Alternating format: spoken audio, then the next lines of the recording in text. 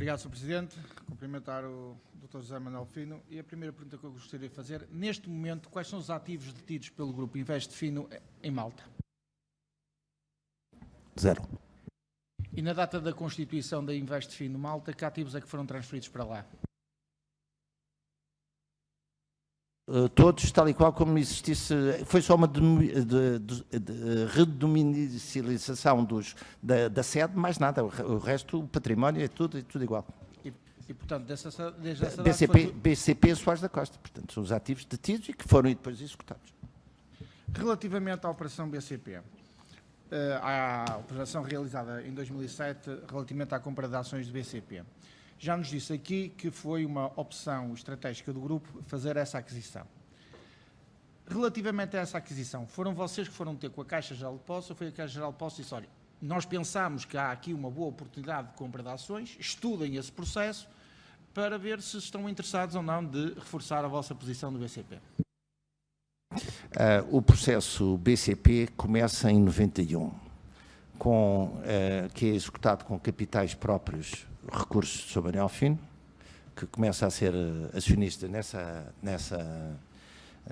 nessa operação e entende, face à performance da banca privada, a oportunidade de reforçar esse investimento. Isto foi feito totalmente por decisão dele, não teve qualquer nem solicitação, nem informação que o levasse de terceiros, que o levasse a tomar essa sua decisão. É totalmente dele, não tem nada a ver com...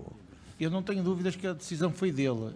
Eu quero é saber se alguém foi ter com o Grupo Invest Fino na possibilidade de fazer esse tipo de investimento. Não, nunca fomos. E nessa data o Grupo Invest Fino foi junto de outros bancos propor essa operação para eles poderem financiar para além da Caixa Geral de Depósitos?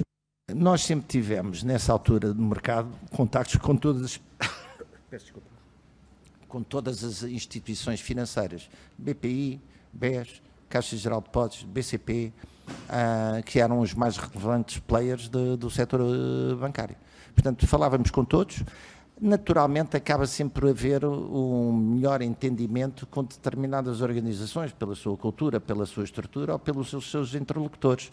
Nós sempre tivemos, historicamente, uma relação com a Caixa, sempre tivemos com... além de tudo mais... Não, há uma época, está bem, estamos a falar da época da reestruturação e, portanto...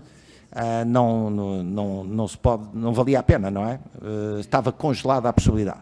Portanto, limitámos àquilo, mas sempre falámos com todo o sistema bancário.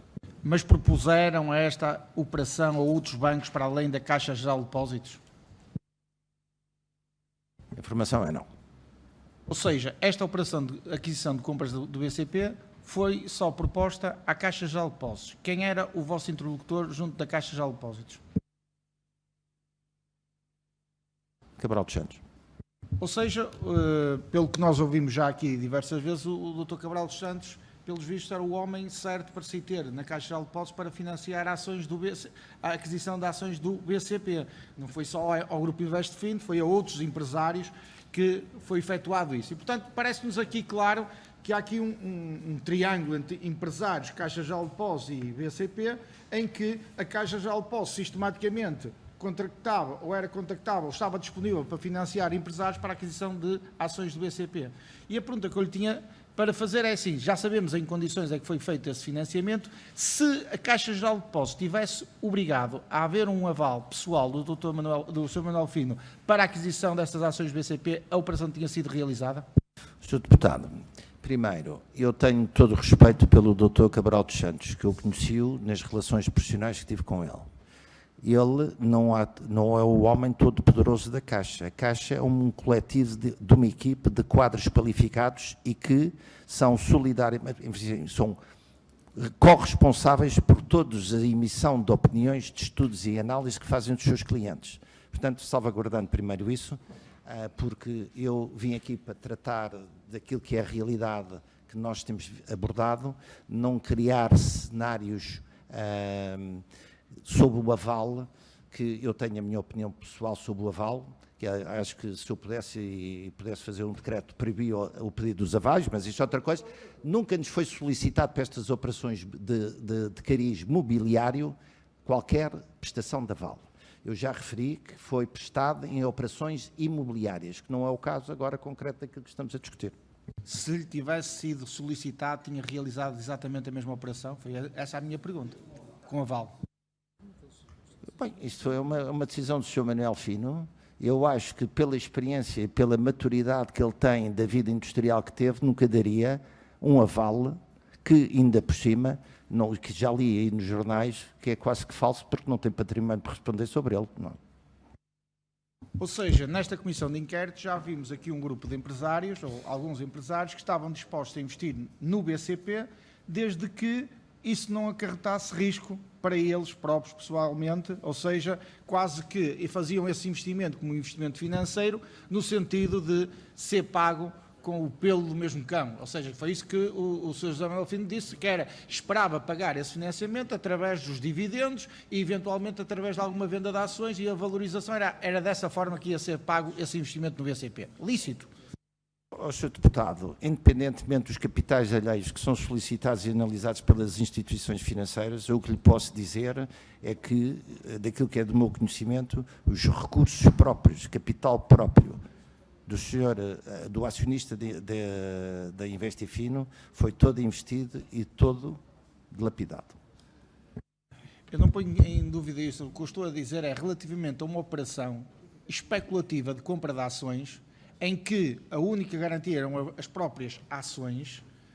Se tivesse sido pedido o aval ao Sr. Manuel Fino, provavelmente essa operação não se teria realizado, porque acarretaria mais risco pessoalmente para o Sr. Manuel Fino. Foi isso que me acabou de dizer.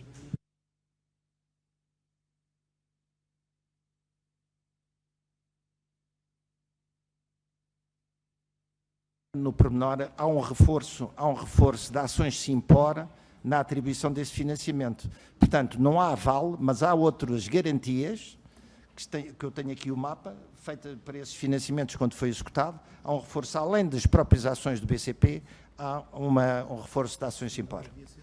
Senão, não havia, talvez, a aprovação. Portanto, nós compaginámos com aquilo que foi a exigência dos critérios de avaliação da Caixa. Eu sei que há esse reforço com a penhora, dando como garantia algumas ações, não é? Eu sei perfeitamente isso, mas efetivamente foi dispensado por parte da Caixa Geral de Depósitos o aval pessoal. E isso é uma decisão da Caixa Geral de Depósitos que, obviamente, vocês não têm nada a ver com isso, ou seja, foi uma operação realizada nas condições que a Caixa Geral de Depósitos vos propôs. Não deixa de ser curioso, é que um investimento desse montante, o Grupo Investifino só tenha procurado a Caixa Geral de Depósitos no sentido de realizar essa operação, mesmo com afinidade, e eu compreendo isso, mas seria normal que, junto do novo banco, junto do BPI, também procurassem saber quais seriam as condições que esses bancos ofereceriam para efetuarem uma operação de financiamento dessa operação. Sr. Deputado, nós temos informação permanente quando tratamos de um assunto dessa dimensão, o que é que se passa e qual é que é as oportunidades. Portanto, consultas são feitas. Às vezes não se expressa o seu objetivo, dá-se os contornos e depois avaliamos quais são as melhores condições e tomamos a decisão. Mas eu devo-lhe dizer que nestas operações e à época nunca era solicitado aval, pelo menos connosco, face à qualidade dos investimentos que foram selecionados, nunca foi solicitado aval ao acionista Manuel Fino. Às vezes encontro, e também lhe devo dizer, que em operações de menor dimensão e de cariz imobiliário há muita tendência de haver um reforço real ou não real do aval que é solicitado pelas instituições financeiras. Dr. José Manuel Fino, mas numa operação de crédito o aval é só uma pequena parte. Há o spread. Quem é que lhe diz que na altura outros bancos não ofereciam um melhor spread que a Caixa Geral de Depósitos para fazer essa operação? Aquilo que está aqui a ser dito e que eu lhe iria dizer, obviamente, eu já li as condições que eram praticadas na época sobre spreads e elas são recolhidas um intervalo reflete aquilo que é a oferta do mercado financeiro para essas que analisa essas operações naquela data, naquele contexto. E, portanto, nós, obviamente, estávamos sempre informados sobre aquilo que eram as oportunidades. Mas, tendencialmente, nós trabalhamos com os bancos que estão habituados. Porquê? Porque conhecem a realidade patrimonial, conhecem os interlocutores e, portanto, não há grande tendência a varrer o mercado todo. Já chegámos à conclusão que só consultaram a Caixa Geral de Depósitos e fizeram a operação com a Caixa Geral de Depósitos. Relativamente à aquisição, em julho de 2006, de uma operação de compra de 26,46% na Soares da Costa. Nessa data, e como vocês já tinham uma participação de 17%, ou sensivelmente 17%, 17% mais os 26% que iam comprar, era obrigatório vocês lançar uma obra.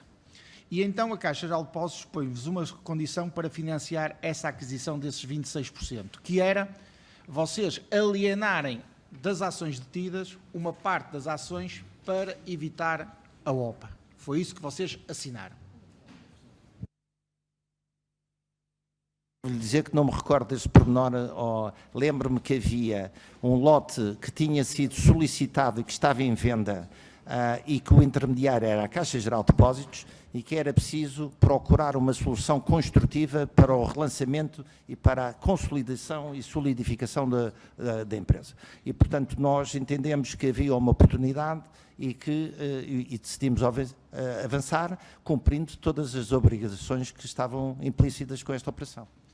Mas em julho de 2006, vocês assinam com a Caixa Geral de Depósitos um contrato de financiamento em que diz que vocês se comprometem a não lançar nenhuma OPA sobre a restante capital da Soares da Costa. E caso isso acontecesse, a Caixa Geral de Depósitos automaticamente poderia considerar como vencido o crédito de 28 milhões.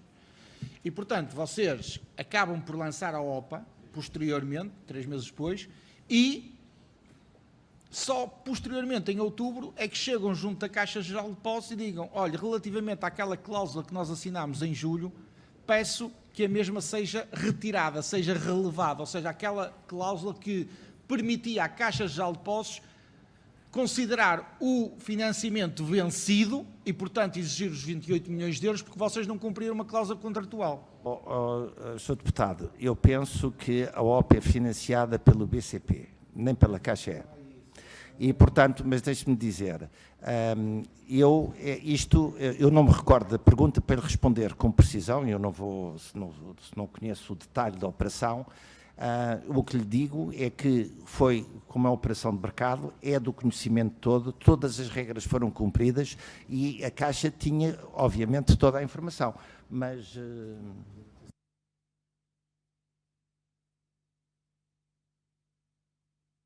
Muito rapidamente, Sr. Deputado. Doutor.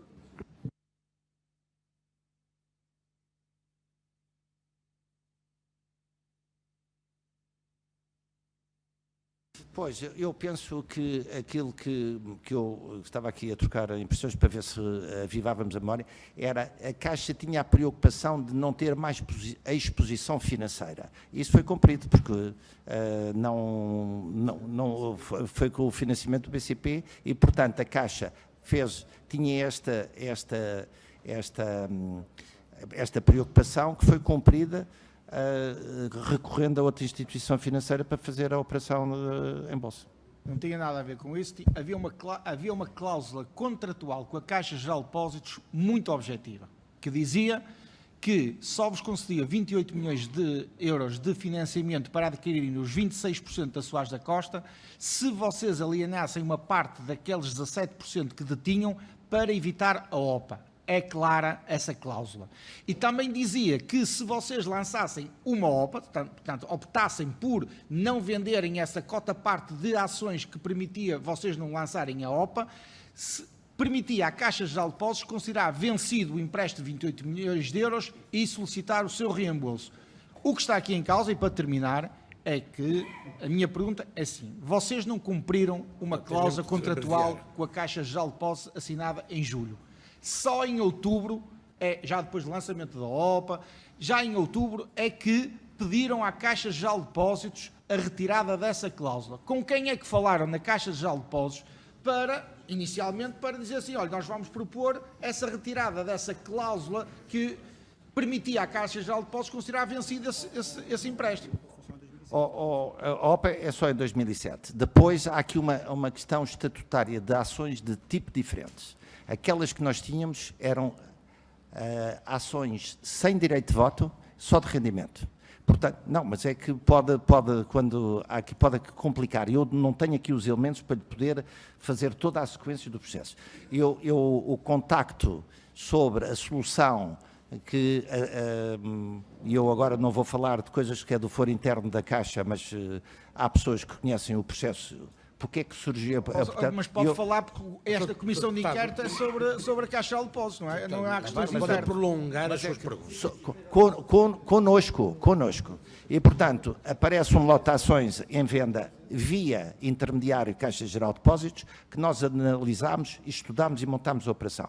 Sobre esse pormenor, eu peço desculpa, mas não me lembro do que é que efetivamente, o que é que se passou com essa cláusula e só depois, como mencionou, foi tratada a posterior. Só o que lhe devo dizer é que houve uma total solidariedade na solução e no relançamento da atividade do Grupo Soares da Costa. Há aqui pedido